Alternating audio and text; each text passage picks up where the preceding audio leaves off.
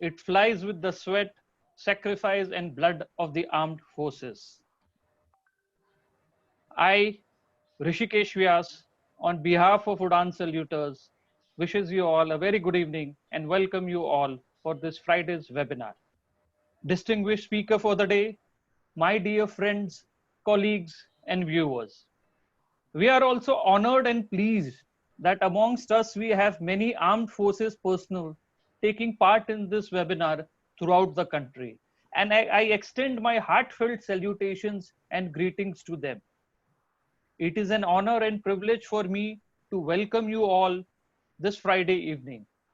Today's webinar is on the subject matter Leadership and Management Lessons from Navy and Armed Forces Historical Perspectives. We are extremely fortunate that today amongst us we have an eminent personality who happens to be serving with Indian Navy. I take this opportunity in welcoming Commander Shrikant B. Keshnur, Director, Maritime Warfare Center, Indian Navy, and who also happens to be a naval historian. Before we proceed to formally introduce our distinguished speaker, let me take this opportunity to communicate on the following. It is my duty to tell you all about the brave soldiers who give their lives for our land.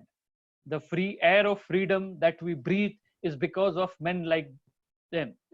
And we owe our existence, peace, and prosperity to our beloved and respected armed forces. At the outset, I ask you all the following. What do you know about Paramvir Chakra? What do you know about Mahavir Chakra? And what do you know about Veer Chakra? Friends, our nation has 21 Paramvir Chakra winners till date. These are the iron men of our nation, people who choose to give their everything to keep our country safe. With all the supreme and selfless bravery, they have won the country's heart and highest gallantry award. But do you know the story behind these brave soldiers? Do we remember the names of this hero from Major Somnath Sharma to Rifleman Sanjay Kumar? Do you know that out of these 21 brave hearts, only 3 of them are with us, and they are Naib Subedar Bana Singh, Grenadier Yogendra Singh, and Rifleman Sanjay Kumar? Out of these 21 brave hearts referred, do you know that Subedar Majendra Yogendra Yadav was just 19 when he was awarded the Paramvir Chakra? He took 15 bullets fighting in the Kargil war, and this is the youngest soldier ever to win the nation's highest honor for gallantry. The Paramvir Chakra is ranked second after the Bharat Ratna in India's official protocol. Do you remember the names of Captain Mahendranath Mulla, recipient of the Mahavir Chakra, the second highest gallantry award in the Indian Navy? Captain Mulla went down gallantry with INS Kukri in the 1971 war on the lines of India's old military tradition where captains don't abandon their ships no matter what. Do we know who is Vice Admiral Krishnan, Rear Admiral Rishiraj Sood, Commodore Babruban Yadav, and Marcos Maran Commander Praveen Tetotia? Countrymen, I want to pour my emotion that war is a time when life and death meet face to face, when everything collapses and when lots of lives are lost. Still, it is also the time that discovers the most courageous hearts and flawless minds able to lead others to the victory. Heroism doesn't always happen in a burst of glory. Sometimes small trumps and a large heart change the course of the history. This great country is highly indebted to its brave and disciplined armed forces and has not seen and probably will never know the true level of sacrifices our armed forces and veterans have made for this country. As a civilian, we all owe an unpayable debt to all our defense personnel. It would be in the fitness of things to quote Field Marshal Sam Manekshaw, who said, "There will be no withdrawal without written orders, and this order shall never be issued." Friends, this was said during the China War. Major Somnath Sharma Paramvir Chakra had said, "The enemy are only 50 yards from us. We are heavily outnumbered. We are under devastating fire. I shall not withdraw an inch, but will fight to our last man and our last round." Friends, you will all agree to me that the crises are unexpected, unprecedented, and unscripted in any field, and during such times, the true benchmark of leadership and management are established. I know who are very sure that there can be no leadership and management other than one we can learn from a defense forces. With that, now I request Advocate Akash Menon, an integral part of Udan Saluters, to kindly proceed to introduce before you our esteemed speaker and request him to start the sessions. Akash, now it's all yours. Thank you. Thank you, Rishibai. Uh, As Rishibai just said, we have with us an extremely distinguished personality, a member of the armed forces nonetheless, who has given so much in terms of not just accomplishment, but also experiences that he's got in his life. We would probably require a mini webinar to just understand the entire expanse of experiences and accomplishments that Commodore Kishnur has witnessed in his life. I will try in the limited time available to scratch the surface of what those accomplishments are. Commodore Shrikant B. Kishnur joined prestigious National Defense Academy, Khadakwasla, Pune in July 1982 as a young 16-year-old after securing a remarkable 25th rank in the All India qualifying examinations. 4 years later, after intensive training and graduating in science, he was commissioned into the Indian Navy's executive branch on the 1st of July 1986. A few years later, Commodore Kishnur specialized in naval communications and electronic warfare. In his service in the Navy spanning over 3 decades, he has spent many days at sea and held numerous operational and ship appointments. The most coveted of these was being appointed as the captain or commanding officer of INS Vindhyagiri, an anti-submarine frigate, and the Navy's only landing platform dock in the INS Jalashwa. He was commended, by the Chief of the Naval Staff in 2002 for his contribution in the field of electronic warfare. Commodore Kishnur has received professional military education and training for much of his naval career. He has attended the Defense Services Staff College, Wellington, and the Naval Higher Command course at the College of Naval Warfare, Mumbai. He has also attended the Joint Air Warfare course at College of Air Warfare, Secunderabad, and short capsule courses on electronic warfare in Israel and the UN Crisis Management in Sweden. He has the unique distinction of being a faculty member at three prestigious institutions: the NDA Khadakwasla, the Defense Services Staff College Wellington, where he was also the head of the naval training team, and at the Naval War College at Goa, where he is the deputy commandant and senior directing staff. From October 2008 to March 2012, he served as the defense advisor at Nairobi, Kenya, overseeing operations in Kenya, Tanzania, Seychelles, Eritrea, and Somalia. This assignment enabled him to get a ringside view of the many facets of diplomacy and international defense cooperation, and study grave issues such as piracy. Commodore Kishnur has followed a multidisciplinary approach to higher studies. He holds an MPhil in Strategic and International Studies from Mumbai University, an MA in History from Mumbai University, an MSc in Telecommunications from Kochi University, an MSc in Defense and Strategic Studies from Madras University, and a PG Diploma in Mass Communications from KC College, Mumbai. I'm almost out of breath here. He was awarded the gold medal for his MSc thesis by Madras University and recently completed his PhD on defense diplomacy from Mumbai University. He's also a member of the Institute of Electronics and Telecommunications Engineering, the National Maritime Foundation, as well as the Maritime History Society, in whose activities he's involved as a volunteer. Deeply interested in reading and writing, he's a frequent contributor to several in-house journals and magazines. He's also edited several of them. He's been the lead author and chief editor of 9 books for the Navy. He is now working on 2 more books in an editorial capacity. He has recently been appointed as officer in charge of the Naval History Project and been entrusted the responsibility of writing the history of the Indian Navy for the period from 2011 to 2020. A regular contributor to several seminars in India and East Africa, especially those related to naval and maritime history, he has also presented many professional papers at various fora. He's a visiting faculty at the Mumbai University, the Naval War College, the Indian Naval Academy, and other naval and military training institutions.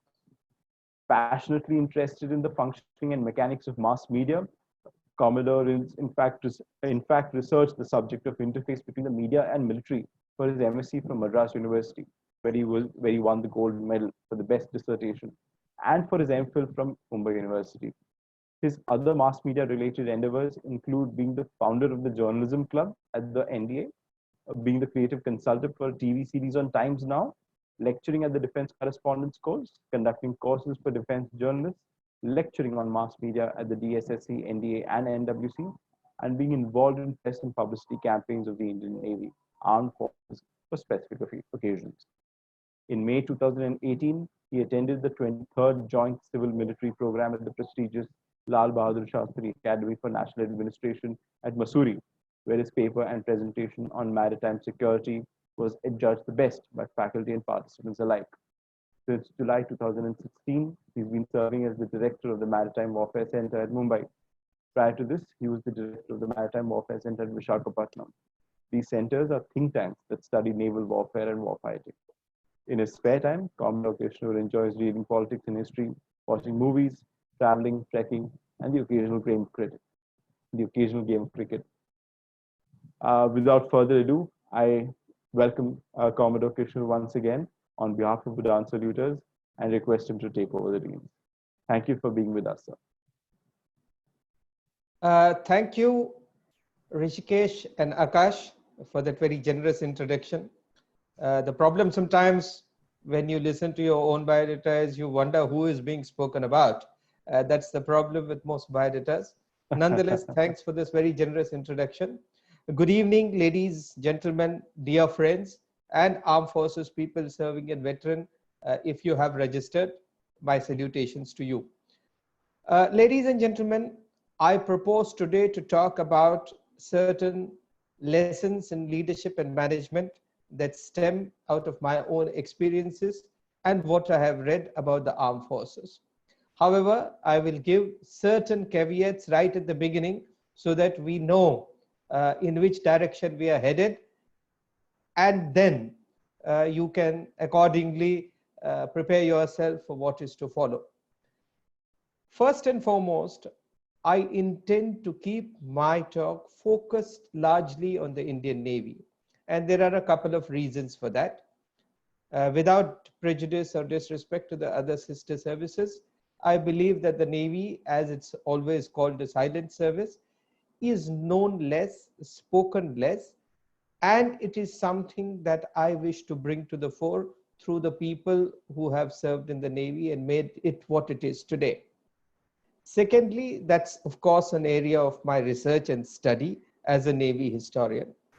Third and most important, I believe that the Indian Navy has made remarkable strides in the last 70 years, and it's a story worth telling because a good story would have several heroes, several icons, several people who made it possible. My second point is this, that while I'll of course refer to various examples from the other services, I would by and large keep it for the lay person. So many of the things that I speak may be known to certain informed and enlightened people in the audience. In that case, kindly indulge me so that I take examples largely meant for lay people, which I believe could be worth disseminating or could be worth even incorporating in their corporate lives or in their daily lives. With these two caveats, I will move along to my topic, which is leadership and management lessons from the Navy and armed forces. I speak from historical perspectives, of course.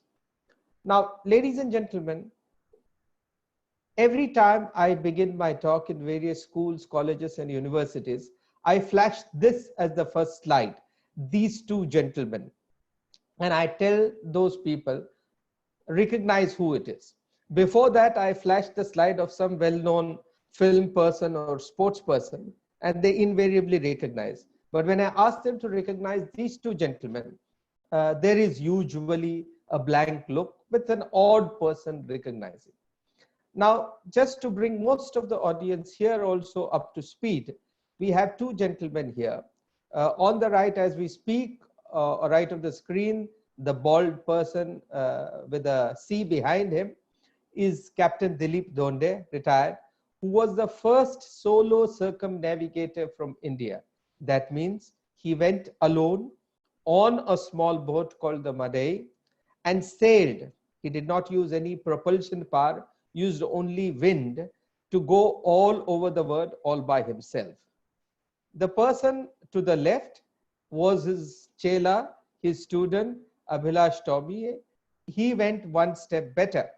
Whereas Dilip had stopped at certain places en route, Abhilash Tomy did a non-stop solo circumnavigation a few years later after Dilip did his voyage. So these two gentlemen are the Solo Circumnavigators Club. For your information, the number of these people in this club worldwide is less than the number of people we have who've gone into outer space or who have climbed Mount Everest. So we got two great heroes from our country, from the Indian Navy. Dilip, of course, has retired now, from the Indian Navy, and so little is known about them.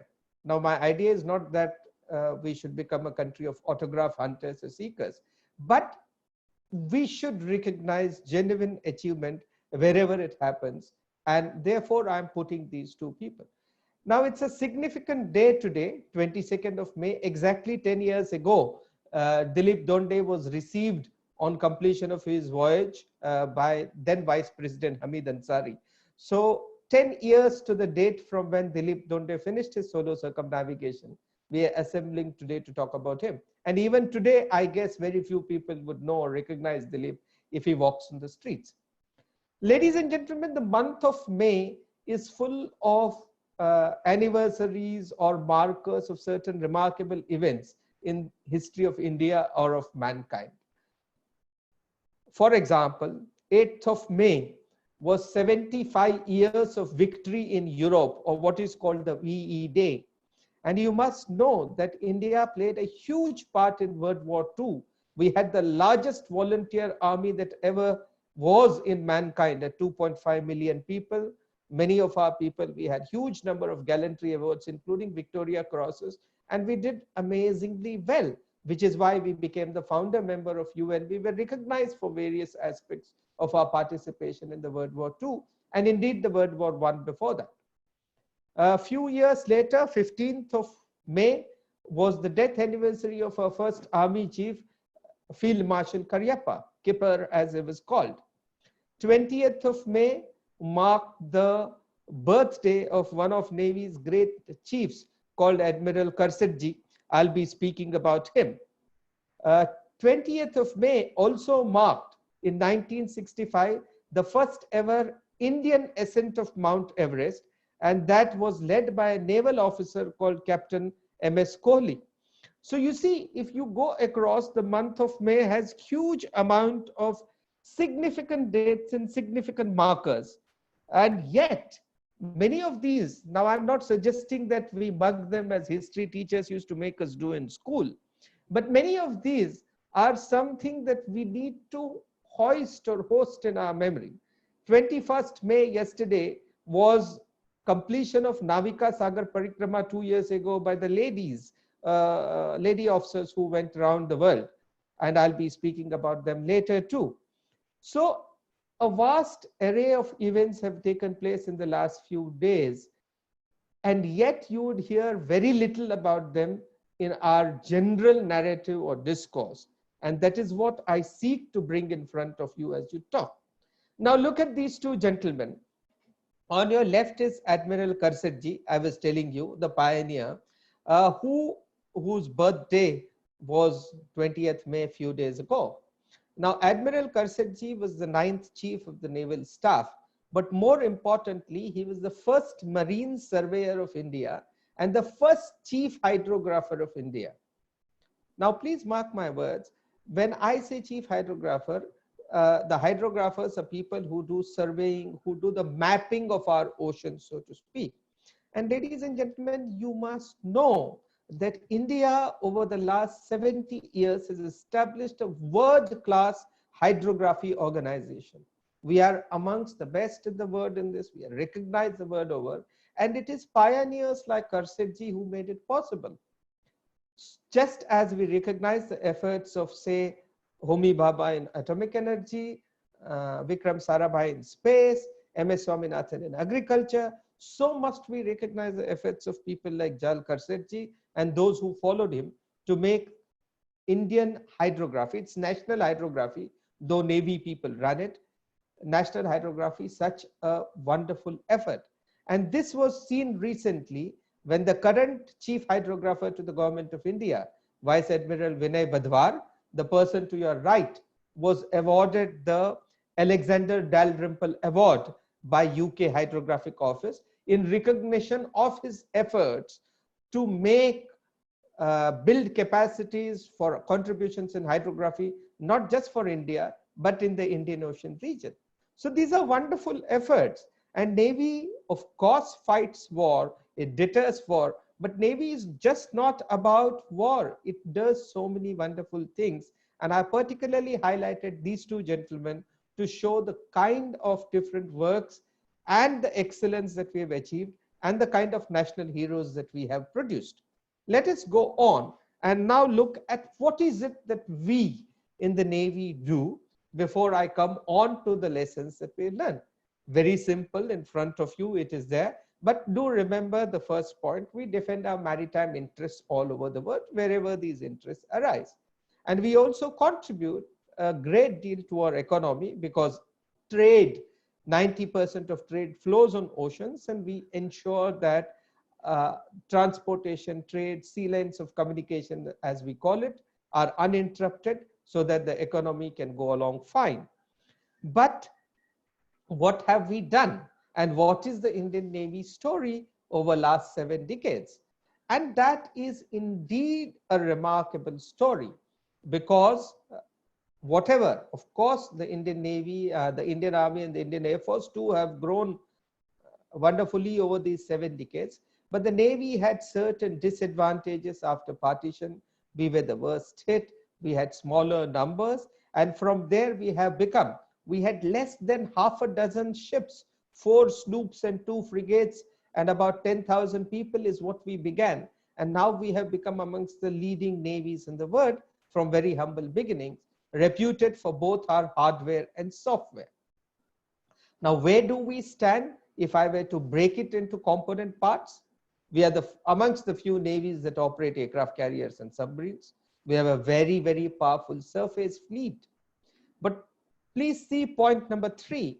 We are in forefront of indigenization. That means we have been making in India since long, since 1960 when we built the first small ship, 64 when we built our first survey ship, Darshak, then we launched the frigate program. So for more than 50 years, we've been making in India. Ladies and gentlemen, it should interest you to know that when the Tatas were making the first Indian designed car in 1997 on 50 years of independence, the Indica, the Indian Navy was building 75th ship INS Delhi, entirely an indigenous design and being built in Mazgaon docks in Mumbai. So that's the kind of equities we have built in terms of indigenization. We have huge amount of excellence in several other specialized fields. I told you about hydrography, diving, underwater medicine, and we have also created our own science and technology ecosystem. I will refer to that briefly a little later, apart from which we have contributed in several other fields, and I'll briefly touch upon all of them. Time constraints would prevent me from going deeply. Each one of them probably deserves a webinar or a discussion, but I'll just keep it brief, touching on each point. Now, all of this growth, ladies and gentlemen, has happened despite certain challenges and constraints. One, of course, is our past history. Do remember we were colonized from the sea. Incidentally, May is also the time when 2 significant maritime events happened. It was around the 20th of May in 1498 that Vasco da Gama came and landed in Calicut. And it was 21st May, just yesterday in 1662, that the island of Bombay was ceded as dowry from Portugal to Britain. And that started off another exercise in colonialism. Therefore, past history has seen us being conquered from sea because of our neglect of sea after a great maritime tradition for 2 millennia before that. But in the last 1,000 years, starting from about, last 600 years, starting from about 12 or 1300 AD, we slipped, and that resulted in our being colonized. we had a very limited DTIB's defense technology industry base. There, of course, funding constraints. Do remember, India at the dawn of independence had several other issues to deal with. So one can't complain about that. There was a prevailing context and culture, which is that immediately after independence, our problems accentuated on land. You're all aware of Kashmir and other issues. And therefore, greater importance came to be given to land and continental affairs. Now, despite these challenges and constraints, the Indian Navy has grown to what it is. You know, many of you may have read of a book by author Gurcharan Das, where he says India grows at night. And he alludes to several facets of Indian growth story happening almost unknowing to people. In many ways, the Indian Navy's growth mirrors that very silently, very beautifully, very unobtrusively, it's grown. And this is the result, ladies and gentlemen. And this cover of Time magazine is not yesterday or two couple of years ago. This was in 1989, April of 1989, after Operation Cactus had taken place. And more importantly, after India had started building the indigenous Godavari class ships. Please see what the Time magazine puts as the currency of power. It's a Navy ship. And more importantly, it is an indigenously designed Godavari class. This was designed and built in India. So this is what the Time magazine said 30 years ago. And since then, our Navy has only become better. Now, this is the sort of ships that we have been building now. Calcutta class destroyers, absolutely outstanding, state of the art, amongst the best in their class, comparable to the best in the world. And these are all designed by our own naval ship design people and built in India in various shipyards across the country. Look at this very formidable picture of one Calcutta class flanked by 3 Delhi class destroyers. I mean, these are absolute grey Ferraris, radiating power, looking very formidable. And these are the sort of ships that we are now building in India as a matter of course. Now, moving from power, we shift to the other aspect of our Navy, which is humanitarian assistance and disaster relief. Now, indeed, the Army and Air Force also do this wherever they are called, whenever they are called. This is common to all the 3 services. And we take the seaward part, or when it happens in other countries or island nations when it requires. And these are some pictures of how the Navy is the first and foremost. We have been doing that again for the last 60, 70 years. But more importantly, as our capacities have grown in the last 20 years, particularly after the 2004 tsunami, we've been able to do it more consistently, better, and respond to various international partners who seek our assistance. And particularly in the Indian Ocean region, we've been very prompt to respond. This is just of a national HADR mission, and I'm flagging this very illustrating slide to tell you that this happened about 3 years ago. This was Navy Week in December, first week of December 2017, when Kochi, Bombay, there was huge threat of rains and floods, and everyone was told to stay indoors. But that's when almost 30 ships of the Navy and some of Coast Guard and various aircraft were out. What I'm trying to tell you is this is all a part of days' work for the Indian Navy to be out, to be patrolling, to be doing surveillance, to be doing diplomatic missions, to be doing HADR missions. And we are, as they say, mission deployed and ready to respond at any time. Now, Jalashwa, my old ship that I commanded, recently it's been in news for the Samudra Setu mission. Look at how a mess has been converted so that ladies can travel. You can see that picture on left, and there is a Navy sailor in blue PPE equipment, a COVID barrier. And on the left, on the right, you have seen how people were taken in. I would request there would be probably videos on YouTube. You see how the naval sailors took each of the people, the old, the ladies, helped them across. There was a kind of service and there was a kind of touch that they radiated in this Samudra Setu mission that I would recommend that you have a look at various videos that are available now. Now we move to another theater, and we're talking of various achievers in sports. The gentleman to your left is MS Kohli. I was talking about the one who was the leader of the Indian mountaineering expedition. To his right, the one with the pistol is a personal favorite of mine, Onkar Singh. He had the highest number of medals in the Delhi Commonwealth Games, and he was a sailor who served with us on INS Vindhyagiri, a ship that I commanded. Bottom left is Amarjit Singh Toor, who is the Asian shot put champion, another sailor from the Navy. And to the right is Muhammad Anas, the 400 meters Asian champion. Look at the pride with which they hold the national flag in these pictures. Isn't it so wonderful? Isn't it something to take home? So these are amongst the various sportsmen that Navy has produced. You already seen Tommy and Dilip Donde, and these are the 6 lady officers who went around the world in what was called the Navika Sagar Parikrama, which finished 2 years ago on the 21st of May. Here they are seen with the Prime Minister before they went on a voyage. So we have seen various aspects of the Navy. One is a formidable war aspect. Mind you, I have not spoken about our performance in wars at all, or in low intensity conflict. I have spoken about the soft touch in HADR. I have spoken about our sporting and other achievements. And then how every ship, we radiate a sense of cosmopolitanism, because every ship of the Indian Navy is a microcosm of India, in the sense that we have people from all parts of India, all regions, all religions, all races, whatever. They speak multitude of languages, they have different customs, they have different habits and traditions, but a ship reflects that, and all of them come together, and that becomes the great melting pot tradition of the Indian Navy.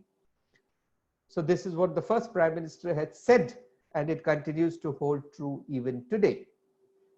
Therefore, to give you a summary, ladies and gentlemen, about what the Navy and what it has achieved, to make a sailor, you have to ensure that he is a soldier who fights a war. He is a cop. Please remember that in the high seas, there are no police. The policing of our waters and of our exclusive economic zone is done by the Navy and Coast Guard. So he has to perform the role of a cop. He has to perform the role of a savior in humanitarian missions. And on our overseas deployments and interaction with foreign navies and foreign countries, perform the job of a diplomat. So this is all things. These are the things that make a sailor, and these are the things that we got to train him for. In essence, I would therefore submit to you that the Indian Navy is a Navy that dares and a Navy that cares in equal measure. And if we have become all this in 70 years, then there have been some people who have made this possible. Of course, everyone has contributed, from foot soldier to the top people. But within these given time, I need to talk about some leaders so that we can also take certain leadership lessons from them. Now, what have been the common leadership traits amongst all the people that we will be discussing? One, of course, is many of our icons have shown remarkable character and courage. And I will illustrate that with a couple of examples. And courage, by courage, I don't necessarily mean physical courage alone, but also courage of conviction, other kinds of courage, courage to stand firm with their views, huge amount of commitment. Please remember what all I told you: less knowledge about the Navy, funding issues, staying the course, generating science and ecosystems. Many of you who are doing science, technology, many of you who are in corporate and management would realize that when you take up something that doesn't have already an ecosystem within the country, how difficult it is to build a high quality ecosystem. You need huge amount of commitment and resolve. You need fortitude and determination. You need to be able to communicate. You need to communicate your intentions and objectives, what you want. And I think a lot of Navy leaders were excellent at that. There's huge amount of initiative and involvement and ideas. And of course, there were X factors, you call it Junoon, Jazba, Josh, whatever. And all these were the common leadership traits.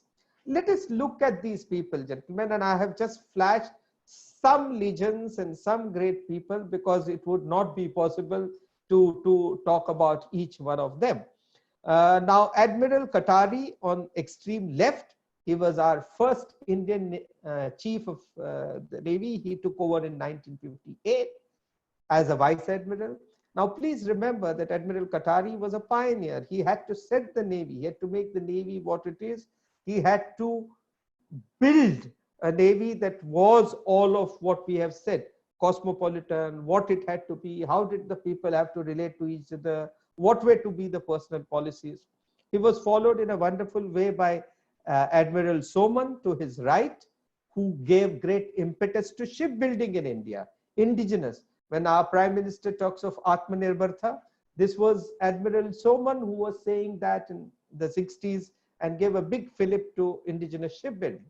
Admiral Adhar Chatterjee, next to him, considered one of the most brilliant scholars that the Navy had. He used to write voraciously, think. He was a thinking admiral, and he designed the blueprint of Navy for what it is today. Because in 1948, as a commander, he had written a plan paper for Navy with one Commodore Knott. Now, ladies and gentlemen, in 1948, when India became independent, then Commander Chatterjee he dreamt of a Navy that had aircraft carriers, cruisers, submarines, frigates. Imagine, we were just a small Navy with very small ships, and he was dreaming big. We had not even seen big ships until then. Of course, those who had been exposed to training in the Royal Navy had done that. But these people were visionaries. They thought big for the country. They didn't settle for anything less. Never matter that it would take 70 years, 100 years to achieve your aim. And it is the blueprint that Admiral Chatterjee has built, which sustains the Navy even today. Next to him is Admiral Nanda, the man, who conceived the plan for the attack on Karachi in 1971 war. Admiral Nanda is supposed to be one of those people who thought out of the box, who conceived innovative ways, including the towing of missile boats to take them close to Karachi harbor and then attack Karachi. He also was hugely concerned about welfare and of his subordinates. So he was a great communicator. He could communicate his intent very clearly. He filled, after the Indian Navy was in some way unable to participate fully in 65 war, it was Admiral Nanda who filled in Josh in everyone that come the next war in 71, we will do a decisive action. We've spoken about Karsadji. Look at this gentleman, Admiral Pereira, Ronnie Pereira, one of the most remarkable figures in Indian Navy, a man known for his austerity, for his Spartan habits. There is a wonderful example wherein when he was the Navy chief, he was going for an appointment with Prime Minister Mrs. Indira Gandhi. And on the way to the appointment, he saw a young man carrying an old person on his shoulders, and he stopped to ask, and that person said, "I'm taking my father for treatment, he's unwell."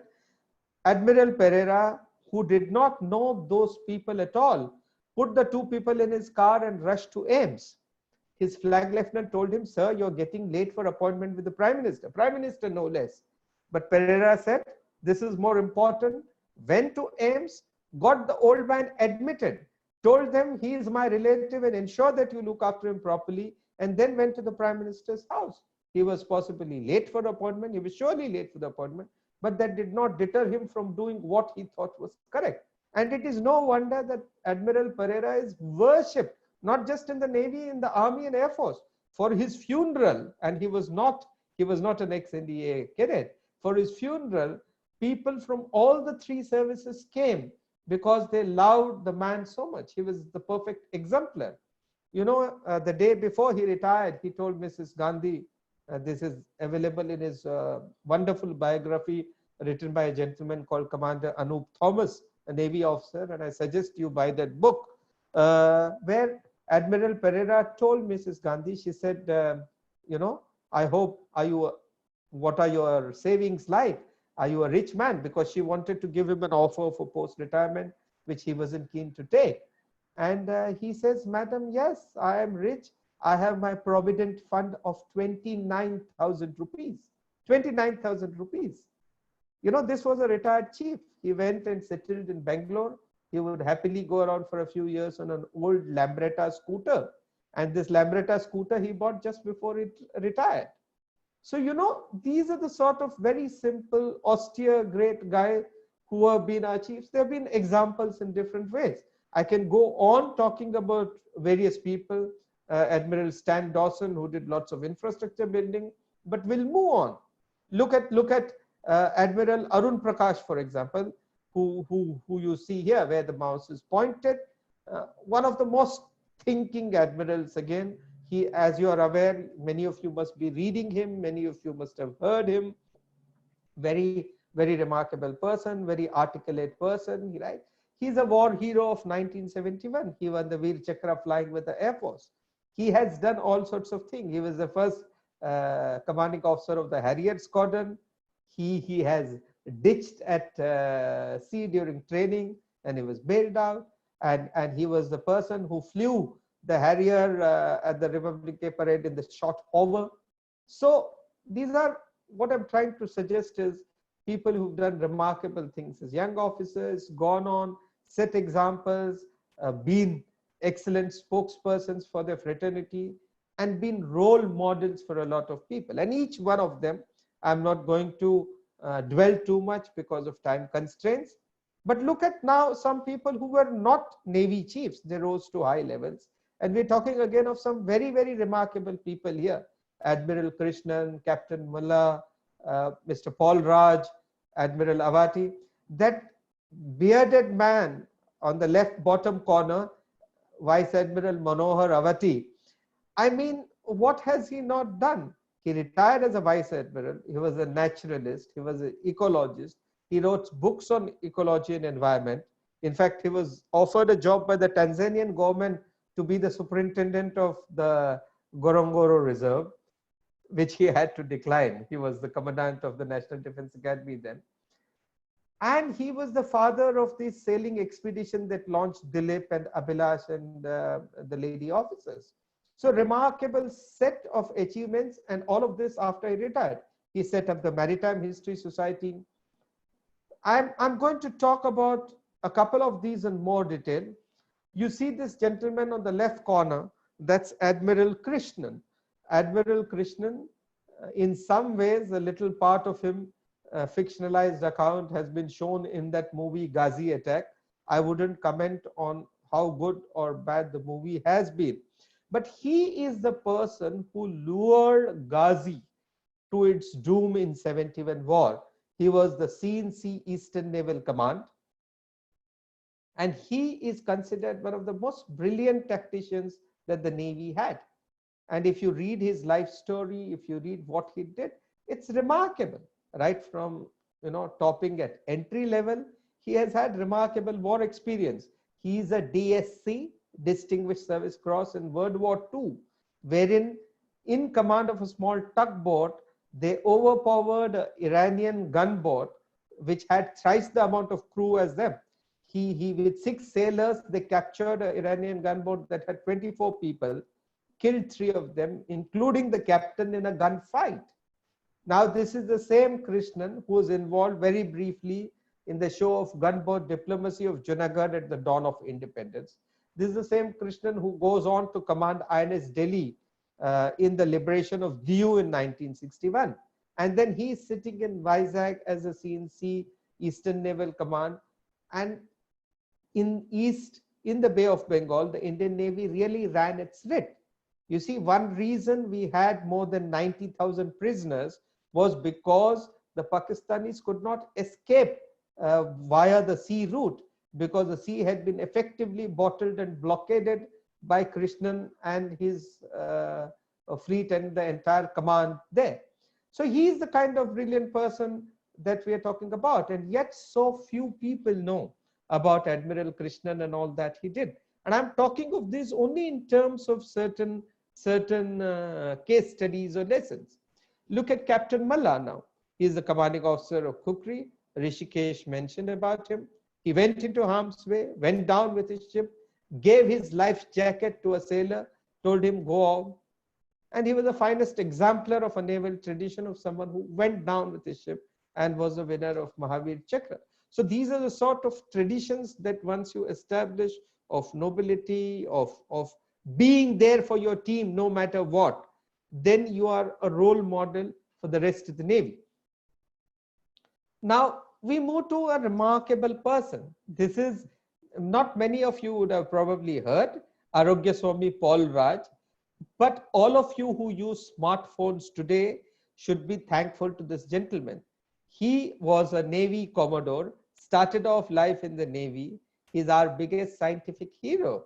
He's presently a professor in Stanford, but he was the pioneer of what is called multiple input, multiple output technology, which is the father of Wi-Fi and 4G. So he is the winner of Marconi Prize, the Graham Bell Medal. These are called the Tech Nobels. He is, a remarkable scientific figure, and he began his life in the Navy. What I was telling you some time ago about creating a science and technology ecosystem. And much of his scientific progress owes to his research initially to start and develop an indigenous sonar, which was called EPSO, because the sonars that are used to detect submarines, when we got them from ships abroad, until then, the technology was for the cold waters of the Atlantic or Pacific. They were not doing well in the warm waters of Indian Ocean region. And it was Paul Raj who developed our indigenous sonar, and then using that went on to do amazing things later. So we're talking of a range of people who've done remarkable things. So in effect, ladies and gentlemen, what is it that I have brought out? I have brought out people who have shown various characteristics. Some of them have been hugely committed. Some of them have been austere, Spartan role models. Some of them have been with their team through thick and thin. Some of them have shown remarkable physical courage. Some of them have shown tactical and strategic brilliance. Some of them have shown communication skills. And all of these are great leadership or management attributes that many of you could take. Now, one of the issues that you must remember about military and naval profession is this, and this is different from other professions. A doctor would want to do more surgeries. An actor would like to play more roles. An engineer would like to build more infrastructure. But a person in the profession of arms would never want to fight more wars. This doesn't mean he's unprepared, but he is, or we are, preparing for an eventuality that may not occur. Now, however, please remember, this is a paradox of military profession, that the best way to prevent a war, is to prepare for it, to be constantly ready, realistic training, so that you have the highest credibility. It's a simple thing. Nobody will attack you if they know you're strong. Nobody will attack you if they know that you can give a fitting reply. And that is what credibility is all about. Please remember that in sports or other vocations, you can end being runners-up, silver medalist or second best. But in war, you cannot afford to do that. Therefore, preparation for war or preparation of an ecosystem involving armed forces, leadership, nurturing of leaders is a little different. We are also a profession that involves both scholarship. There's huge amount of scholarship, reading that goes into profession of arms. After all, strategy, please remember, came into the corporate world from the armed forces. At the same time, it's also about reflex action, conditioned response. Someone says something and you should be able to quickly grab your gun and shout. That is why drill is there. That you just sometimes have only a split second to react, and you should be capable of doing that. So it is both a profession that involves reflection as well as reflex action. In addition, as far as the Navy is concerned, like I told you, one, we are considered a silent service because we are not seen. You know, much of our action happens beyond horizon, far away from where people are. You can see tanks, you can see aircraft, arguably a little in your day-to-day on land, but you can't see the ships that operate beyond the horizon. We are also heir to two noble professions and traditions, soldiering and seafaring, and both of them are very ancient traditions with huge amount of what you would call independent rights and customs that are unique to them. So therefore, the corollary characteristics that are needed in the armed forces is very constant and realistic training. We are training all the time, ladies and gentlemen. We're training all the time. That is why we sail, fly, dive. Only thing we're doing in peacetime is to train for war.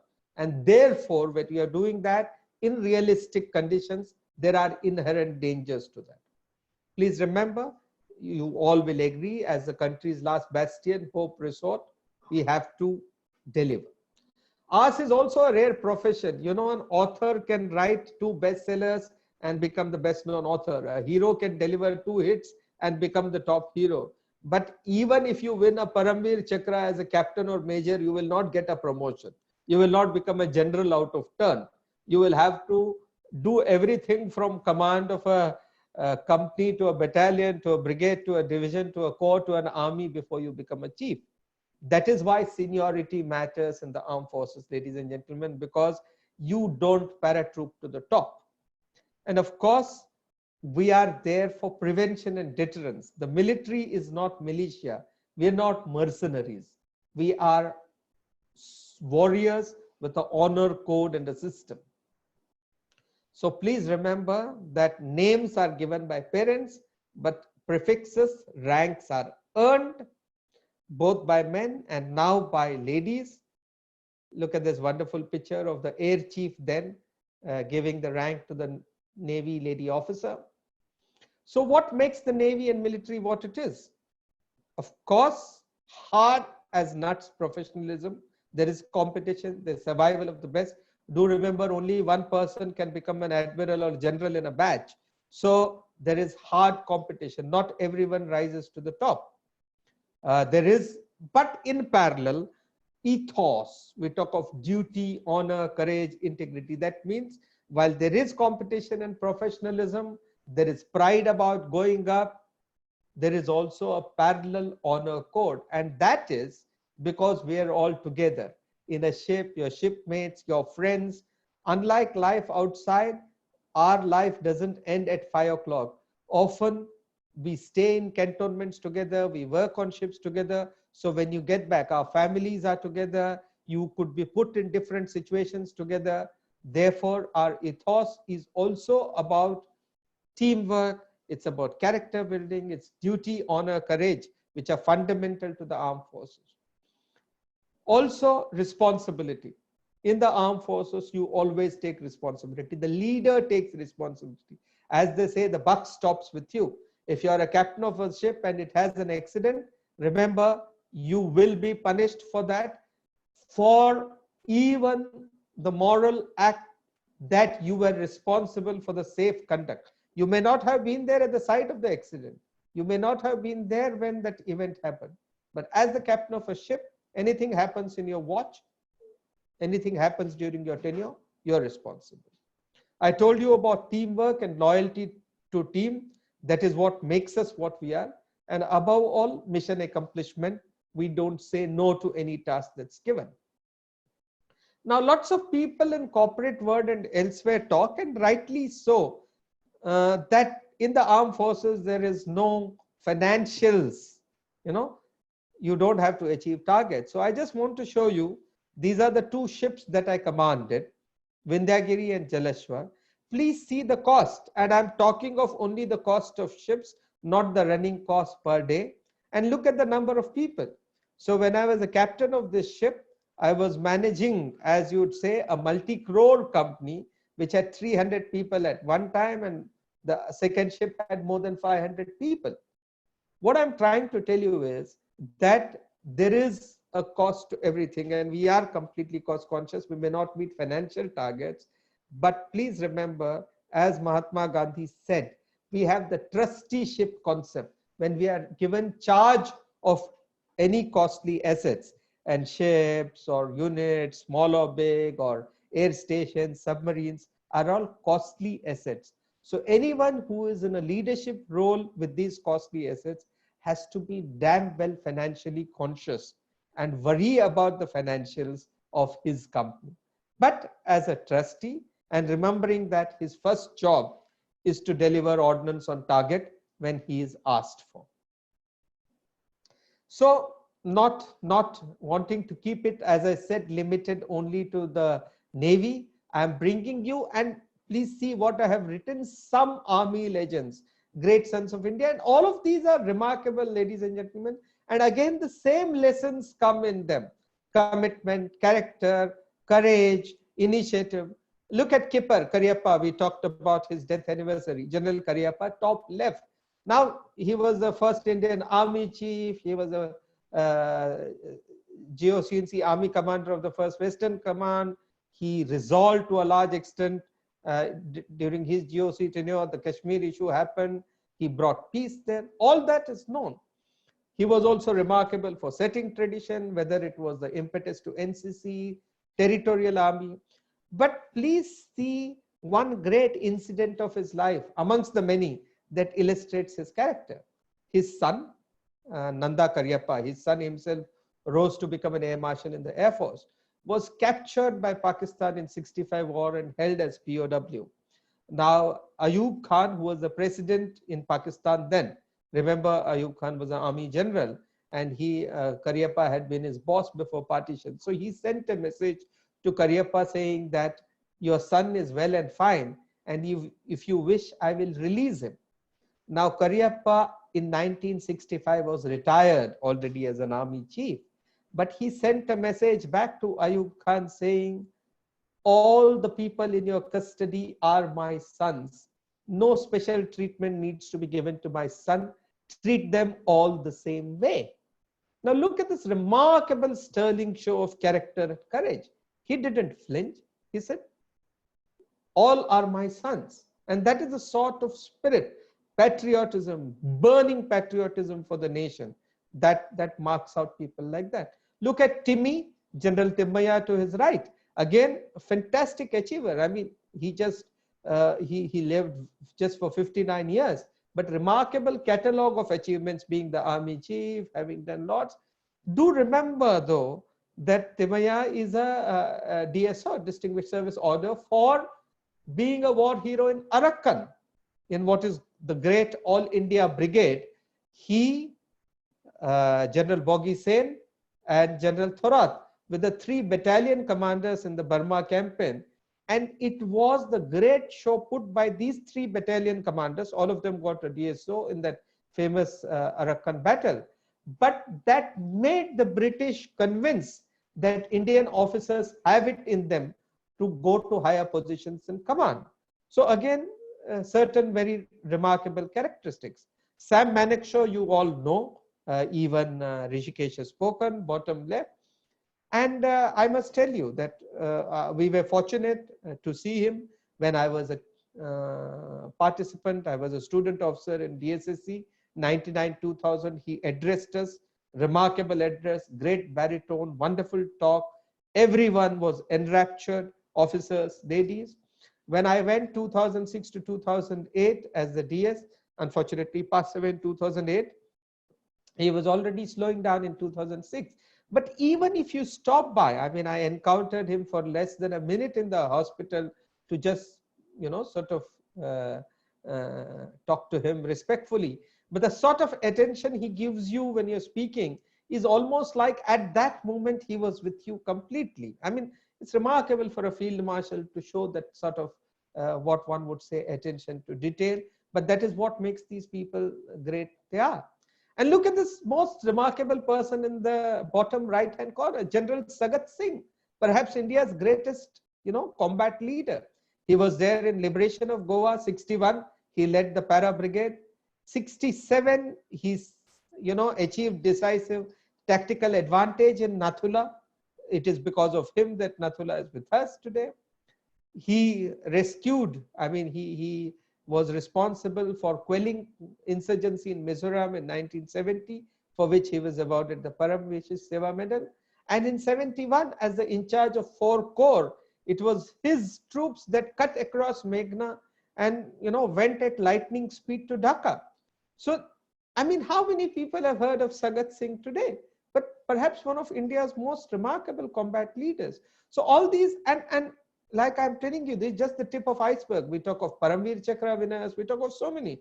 There is Zorawar Bakshi, there is Bhagat, there's Tapi Raina. I mean, so many great people that Indian Army has produced at various echelons, at various levels. So all these people, and now let's come to similar people in the Air Force. Marshal of the Air Force, Arjun Singh, again great hero. He distinguished himself in World War II, and then he was the air chief during the 65 war, provided fantastic leadership, then took us, set the Air Force, made the Air Force for what it is today. Another great son.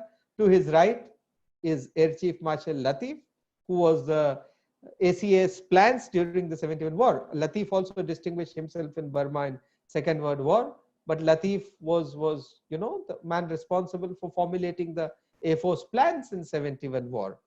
And he made a great air chief. Thereafter, he was governor of Maharashtra. He was also our ambassador to France. So, you're talking of a remarkable set of people here. Now, on the bottom sort of left corner is that gentleman that you can see faded, Pete Wilson. Pete Wilson is remarkable again for 65 war, where he won a gallantry award, and 71 war, for which he got, as a group captain, he got the PVSM for defense of Jamnagar. To his right, Air Commodore Jasjit Singh, war hero 71, but remarkable strategist, thinker, author of various books. He has mentored the entire think tank community of India today. He was the longest director of IDSA, Institute of Defense Studies and Analysis, from 87 to 2001. And thereafter, he set up the Center for Air Power Studies. I mean, remarkable think tanks, producing learning, producing scholars, mentoring a whole generation of thinkers. I've not put again, like I said, there are other various people here. I remember Air Vice Marshal Bishnoi, who attacked, who's hero again of 65 war, where he attacked a train in Pakistan carrying ammunition for the tanks.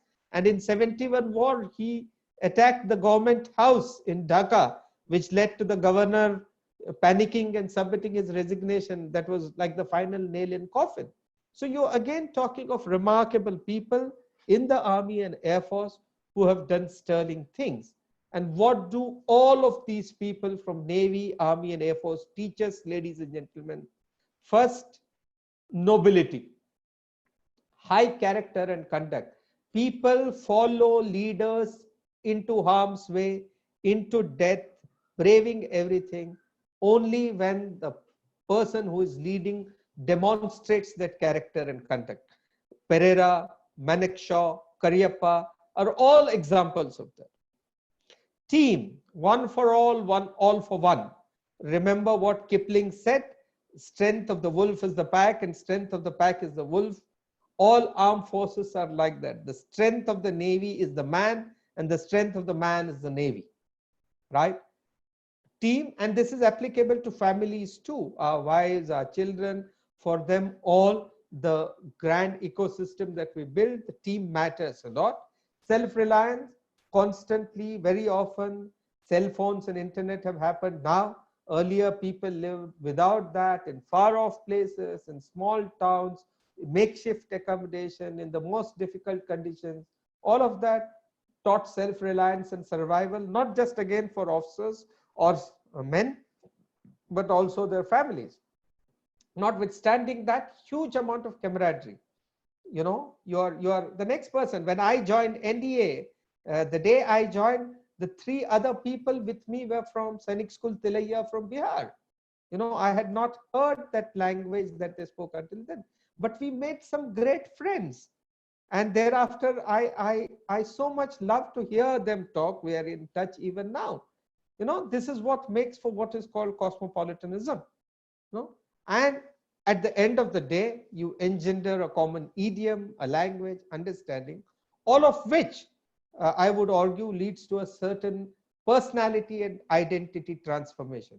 Your identity transcends your village, your town, your immediate family circumstances that you came from, and now takes on a bigger identity of a person from the military wedded to the cause of Navy and the nation, or the Army and the nation. So some of the tenets again: to believe, belong, and to be. Whether it was Avati, whether it was Krishnan, whether it was Jasjit Singh, all of them showed this belongingness, the belief that we can do it, and then to be a part of the system that brings change. Once you do that, it has to be accompanied by service. Motto, the Chetwoodian motto, which says that the country comes first, foremost every time, your men come next, and your own ease and comfort comes last. Or what is the NDA's motto, Seva Parmo Dharma. Now that service, actually, Seva, as Sri Sri Ravi Shankar says, should transcend into sadhana. And that is what frequently happens. Paul Raj's pursuit of the Apso sonar is a classic sadhana. He stared at it, and then produced a world-class sonar, and that led to so many other things. Responsibility. In the armed forces, you always take responsibility. You put your hands up and say, I will do it. You might not have the numbers, you might not have. Admiral Krishnan showed that when he went to capture that tugboat as a small lieutenant. Admiral Pereira showed that later. You have to show responsibility. Admiral Nanda, and the resolve to do it. Come what so, we will do it, and we will strike terror into the heart of enemy. We will capture this point. We will take this objective. And having done that, then be reliable. People must rely on you. Everyone must know that you will do it no matter what. So these are some of the tenets that we call of stakeholdership. Ladies and gentlemen, this is the reason I flashed this slide. Is all our lessons we don't necessarily learn from generals. We learn from people who mentor. One of the greatest persons who had an influence on me was someone called Subedar Major Darbara Singh, who was the Subedar Major drilled in National Defense Academy. And he's a legend of our times.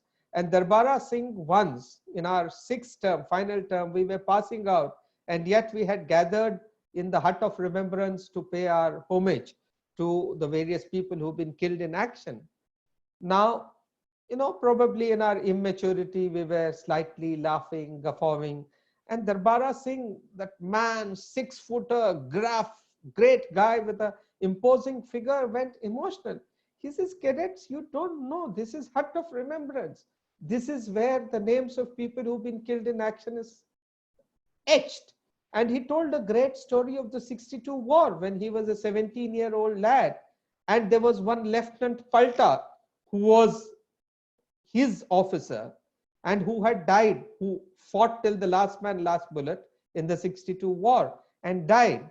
When he died, Lieutenant Palta's body fell on top of Darbara Singh, and it was his blood that fell on Darbara too. So he says, the Chinese didn't know.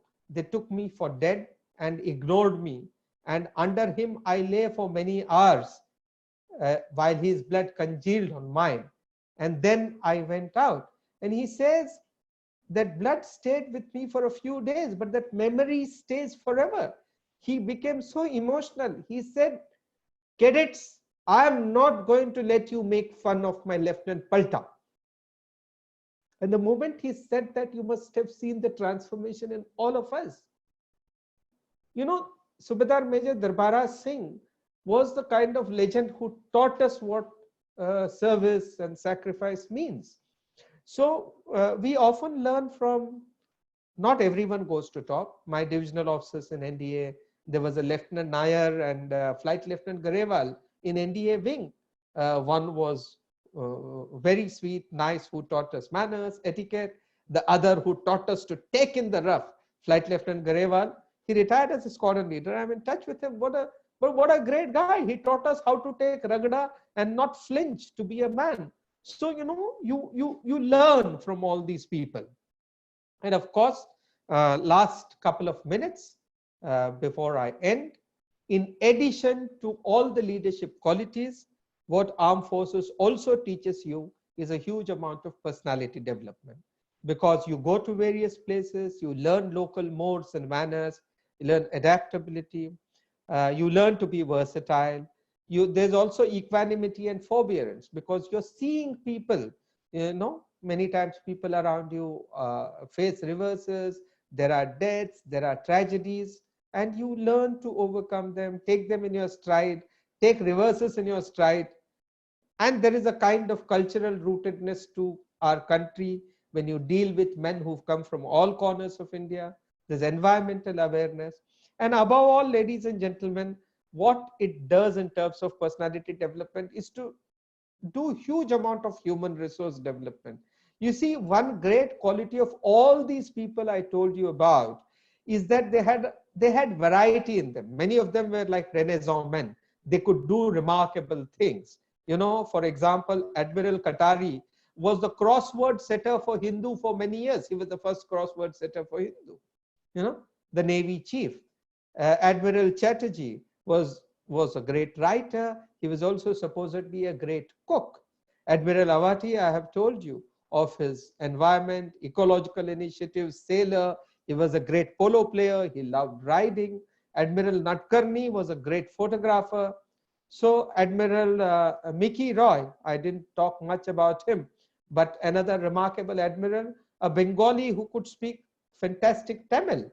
So you see, you're talking of different people with a range of what one might call eclectic tastes, with a range of wonderful pursuits, with lots of cultural knowledge about them. So they were great for mentoring you other ways also. So this is what happens as an outcome of being in the armed forces. Mentoring is the last leadership trait that I'd like to talk about. When you have such leaders who mentor you, then automatically the juniors also tend to follow in that wake.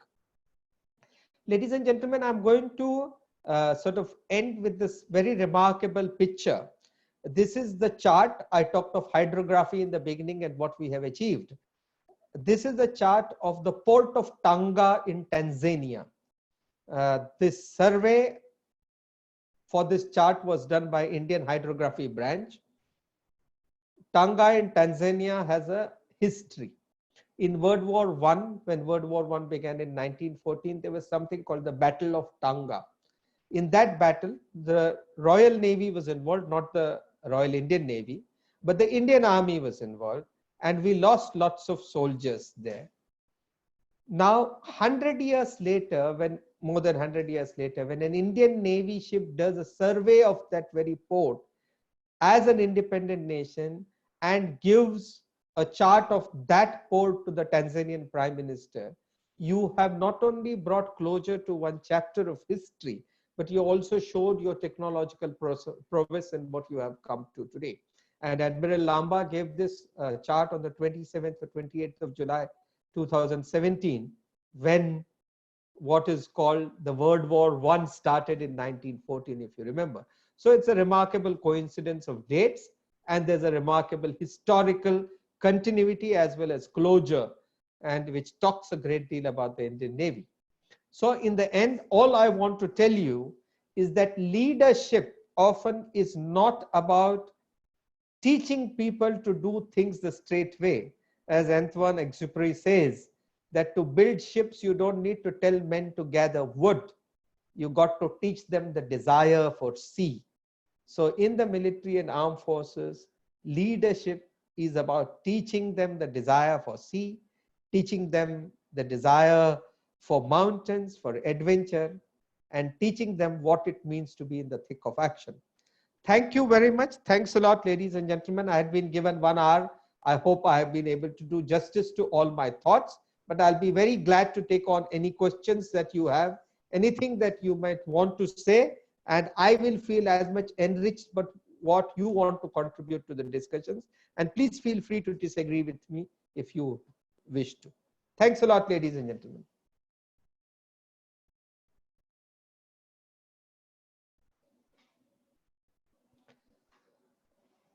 That was indeed a very good lesson on leadership and management. Now, sir, I will proceed ahead with some of the questions which are coming. And again, I'll request all the participants, whatever questions you may have, you may kindly put it in the question and answer panel, which is just below the screen. Now, I'll just start with the questions. So the first question is coming from one of the participants, Mr. Chetan Gandhi. Yeah. He is saying, what is your expectations from civilian like us? How can we contribute towards security of our nation? Can we take 2-3 questions in one go, Rishikesh bhai? Maybe they're related, maybe they're this one, then I'll No, try those to. I'm just trying to club it which are in similar in nature. So I've clubbed 4 or 5 questions which are similar in nature and I've put before you. Okay. See, very frankly, I think it would be incorrect for any one of us to have any expectations of civilians. I think that's a wrong way to frame this question, because it amounts to saying in some way that we are superior or we would wish to have some expectations. No, as far as we are concerned, I think we have a very clear understanding that civilians in India also contribute a great deal to the country in whatever walk of life that they are doing, and that we are not really saying that bhai aap ye karo ya ye mat karo. It's not a part of our mandate to be dictating to the civilians. What I would, however, request Chetan and others who have a sense of respect for the armed forces is that simply know and learn much more. These days enough information is available, enough books are available, enough videos are available. So you can know much more about military, much more about armed forces, much more about national security, much more about debates and discussions, so that you can become a more enlightened citizen on matters of security. I must tell everyone that security involves all of us, and to have enlightened citizen is like a second tier of defense. So that's all that we want. I mean, if you wish to honor armed forces people in your locality, community, or whatever, if you wish to give them some recognition, if you wish to honor them, go ahead and do it. If you wish to honor those who've been killed in action, by all means do it. Honor their families, support them, help them. Many times, often people who go on leave are men, or those people who are wives and children of people who have died in harness, tend to face certain difficulties, problems in being understood. So if you can give them support, if you give them succor, nothing like it. Otherwise, I think it's incorrect for us to expect something from you all. I think all that we have to do together is do our duty. That was indeed a very good pulse of wisdom coming. Before proceeding ahead, I'll request Mr. Akash Menon to come online, please. Second, I will request participants not to ask any questions which are strategic in nature or which may be related, whereby it is not possible for our esteemed faculty to give an answer. Now, 1 minute, I'm just looking at the next question. Now, one of the questions which is coming our way, it is saying, what is the importance of communication in leadership and management? I think communications is about the most important way as far as leadership and management is concerned. You see, the fundamentals of armed forces actually goes to what is called 3 C's: command, control, and communications. Now, of course, their communications meant both the technical infrastructure to make it possible in armed forces days of yore, when the commander's intent had to be told.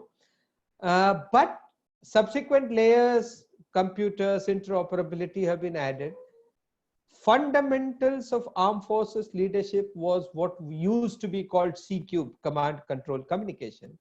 Command is your structure, control, how do you go about doing things, and communications, bhai batao kis tarah karna hai, kya karna hai, and it has to reach everyone so that they are all on the same page. Now let's translate that to today's modes and models, and I would say across the road, whether it's corporate, whether it is universities, education, everywhere. I think communication is one of the most basic issues, because no matter how committed you are, no matter how dedicated you are, unless you are able to communicate to the last person, to the last foot soldier, what you want, you will never be able to get the best out of him.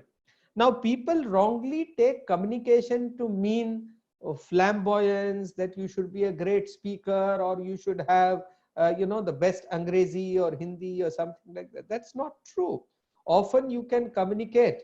When Nelson said, England expects every man to do his duty, or a variation thereof, or Vikram Batra said, ye dil mange more.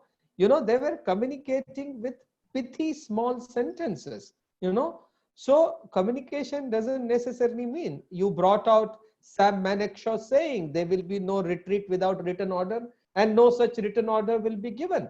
I mean, that was communication, a two-line communication of intent. So therefore, you see, communication is not always about flowing language. It is about making your intention very clear and ensuring that it reaches to everyone. And I think that is relevant right across, चाहे वो armed forces हो, चाहे वो business houses हो, corporate houses हो, things like that. Now, of course, there are now more greater in-house communication as organizations become big. You could have different vehicles for in-house communication, but those are mechanics largely. And I think, communication के साथ में एक और चीज जोड़ दूं, what is called communion. Communion is silent communication, where your communication is so good, it is like two cricket batsmen, jahan non-striker and striker know instinctively when to take the run, when not to take the run. The highest level of leadership is where there is communion, where without speaking, everyone knows what has to be done. And I think if you reach that level, it is very good for you to achieve your objectives. Sir, next question coming from Dr. Minakshi Ray Ghosh. The querist is asking, how do you envision the role of the Navy in today's changing geostrategic environment? So I think maybe it's relating to the future of the Navy. No, Dr. Minakshi, thank you. Dr. Minakshi is from the African Studies Department. When we did our PhD together, she's ahead of me there. She got her PhD before I did. But look, very frankly, I don't think the role of the navies is going to change, because your seas have not changed. What has changed in the global geostrategic environment is that certain geographies have become more important than other. Lots of people are saying that the center of gravity has moved from Atlantic to the Indo-Pacific, that there is a pivot in some region. Without getting into the specifics of those arguments, so long as the seas remain the modes of transportation, so long as the geographies in seas become important, not just for trade, but for being able to take your ships, submarines, position them at various places for everything from strategic deterrence to tactical actions. I mean, what happens? The first signs of crisis anywhere in the world, the big powers send their fleets. Now, that has not changed over the last 70, 80, 100 years. What has changed is the range of weapons. What has changed is technologies like cyber or this or that. So you make the necessary adjustments in terms of defense or countering those developments. But the relevance and role of navies in being able to influence events on land doesn't change. And so long as that doesn't change, there is an old saying that, remember, you will always have a navy of your coast. If it is not yours, it is somebody else's. Now that has to be remembered. So the reason that you need navies is not just to keep your trade supply and sea lanes of communication safe. It is for a variety of purposes, and that doesn't change no matter what geopolitics changes. Geopolitics keeps changing. Last 300 years, various aspects of geopolitics has changed, but the role of relevance in Navy has not changed. Tactics change, technologies change, we adapt to them, but essentially the mandate and role of navies don't change. So next question coming from one of the youngsters, they are asking how they can join Navy and what is the preparation it is like. It depends on how young they are.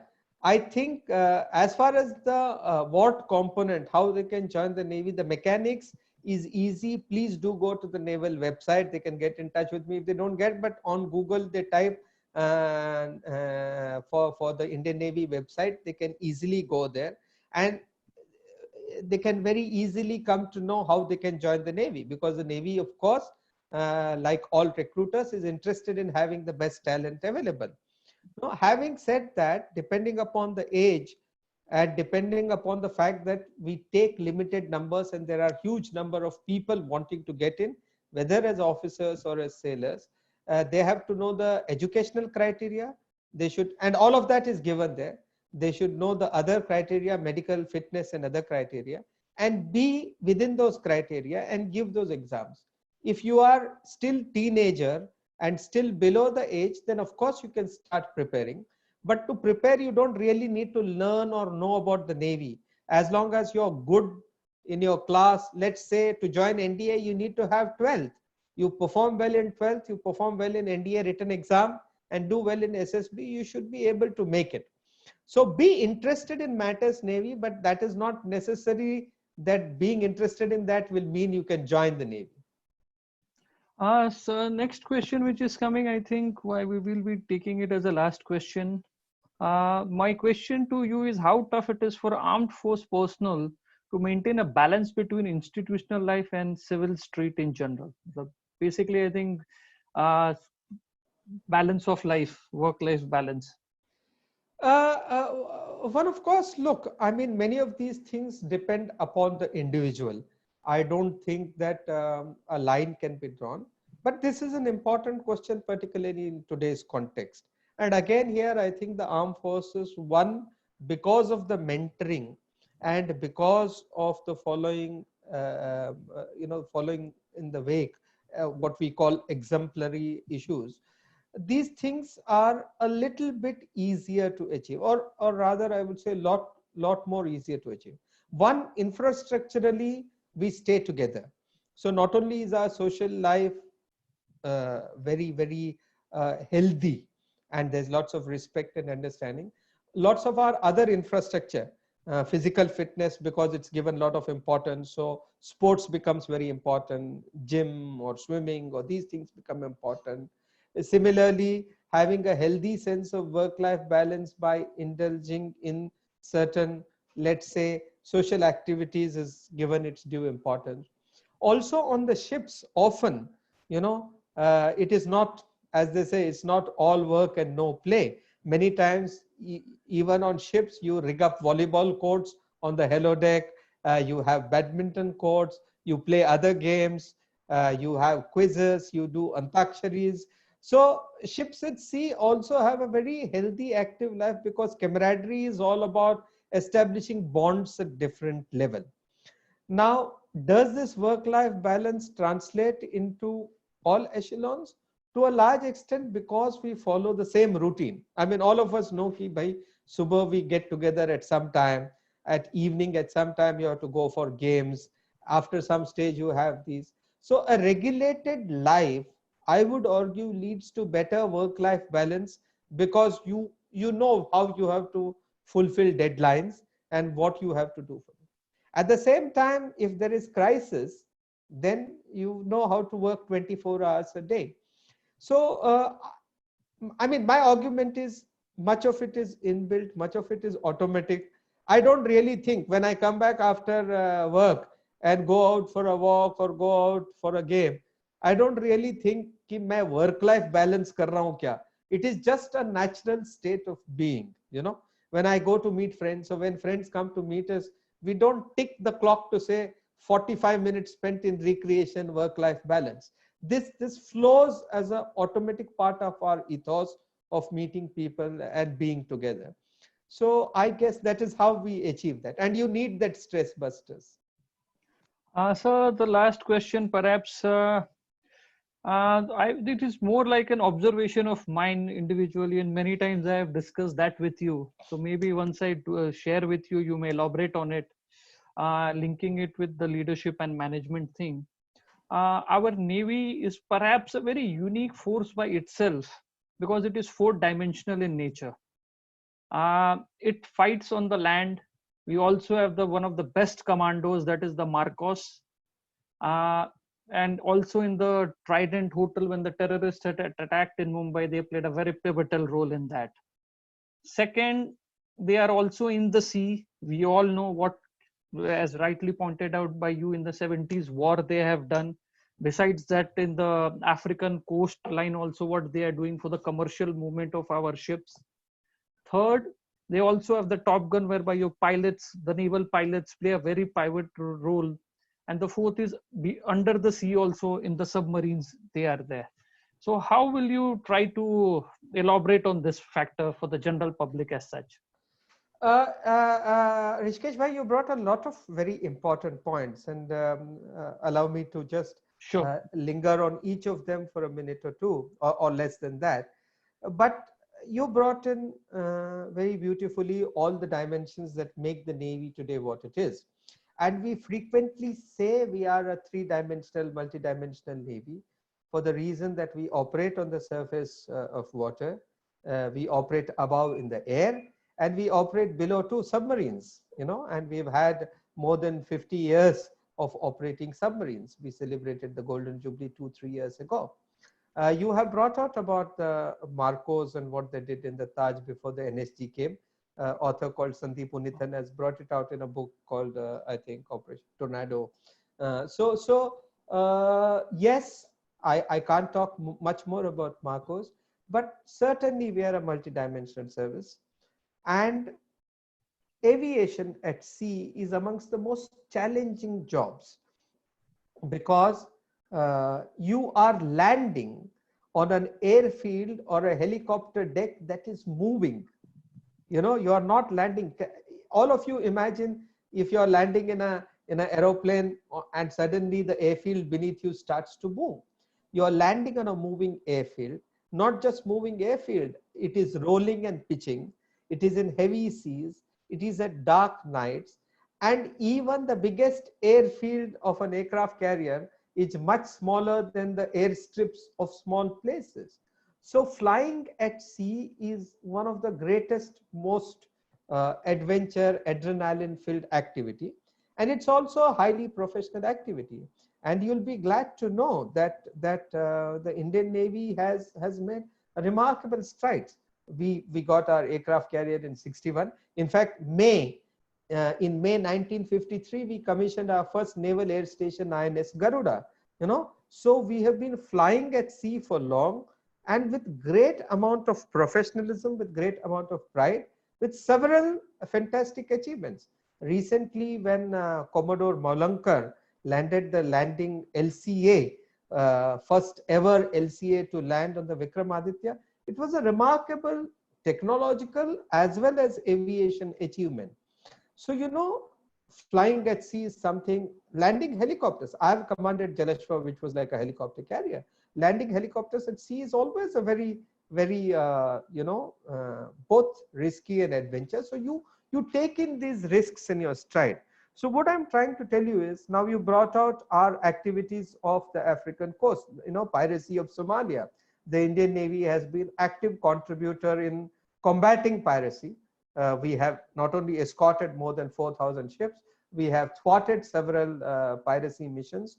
So each of these, some of them are missions in the region of what might be called policing or low intensity conflict or constabulary. And some are what you call skills that we do at sea. Hydrography is a skill, flying at sea, aviation is skill, submarining is a skill, having a great dedicated elite marine commandos is a skill. And in each of these, the fact that we have developed to high levels of excellence talks very well about the Navy and the leaders who made it possible. So thank you for sort of putting this together. And all one can say is that you can go on talking, and each of them probably deserves a separate webinar. Sure. So now I'll request Mr. Menon to offer a formal vote of thanks. But before that, I would like to quote the following. धरा हिला गगन गुंजा, नदी बहा पवन चला, विजय तेरी ज्योति से जल जला. भुज भुजा फड़क फड़क रक्त में धड़क धड़क धनुष उठा प्रहार कर, तू सबसे पहले वार कर। अग्नि से धधक धधक हिरन सी सजग सजग, सिंह सी दहाड़ कर, शंख सी पुकार कर। रुके न तू, थके न तू, झुके न तू, थमे न तू, सदा चले, थके न तू, रुके न तू, झुके न तू। Akash, all yours. Thank you, Rishabhai, and thank you, Commodore Krishnur. This has been beyond what we would have even in our wildest dreams imagined. I would have thought of describing you as someone with a reservoir of knowledge, but I think it would be fitting and poetic even to say that we thank you for sharing that ocean of knowledge that you have shared with us over the last little more than an hour and a half. Thank you so much, sir. We have learned so much from you. We have understood so much about the armed forces. I think the armed forces still remain among the few bastions of pride that we feel as a common populace. And for having learned so much about the history of the armed forces and the takeaways that we as laymen, as probably people from within the corporate industry, can understand and can learn. This has truly, truly been exceptional. Thank you so much for your time, sir. It's been an honor and a privilege. Thank you. Thanks a lot. Thanks for giving me this opportunity.